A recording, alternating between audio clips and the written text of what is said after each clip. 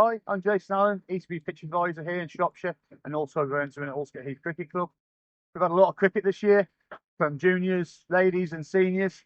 It's probably the most our square's ever been used.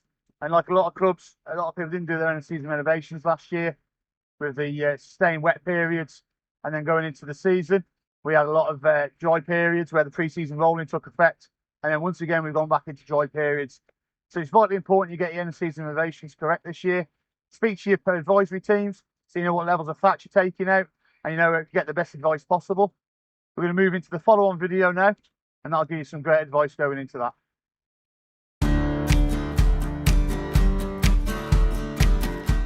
Hi, I'm Jason Allen, County Pitch Advisor for Shropshire and also head groundsman here at Allscott Heath Cricket Club.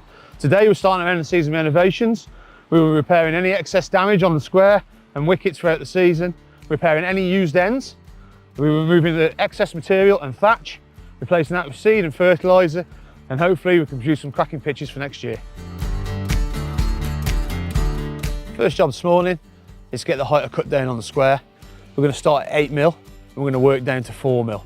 The reason for this is that it gives the seed closer contact to the ground. There's no grass underneath the seed, and when we're scarifying, that you can take as much thatch and as much organic matter away as possible. Our next job this morning is scarification. We've taken core samples from across the square and we know we've got thatch at the depth of 4mm. So we've decided that we're going to set our scarified to 4mm.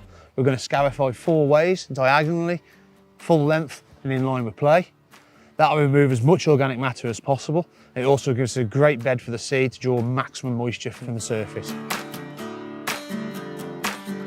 So after scarification, we've cleaned away all that organic matter. We've cleaned them grooves out, we turn to seeding. Today we're going to be using Johnson's Pro Nitro. I like this seed because it's coated in fertiliser, gives it a great boost early doors. We're using a hand spreader in 3 directions. In the diagonal scarification direction, and then we're going to finish in the line of play. After that, we're then going to brush it in, and we're going to push that seed into them grooves where it'll sit, bed in, and get maximum moisture content from the ground. So as you can see, we've now spread the seed in the fertiliser, and we've brushed that in. We're now moving on to repairing the ends. We've spiked and scarified the ends and pre-seeded. We've then put our loam over the top and we've levelled that off with a 3 metre straight edge. That gives us a good ground bait now to go and lay our loam. So now we move on to top dressing. This helps improve the clay content in the soil, helps us get harder pitches, better bounce, better carry. Today we're spreading over 100 bags onto our square. There's been many methods of spreading.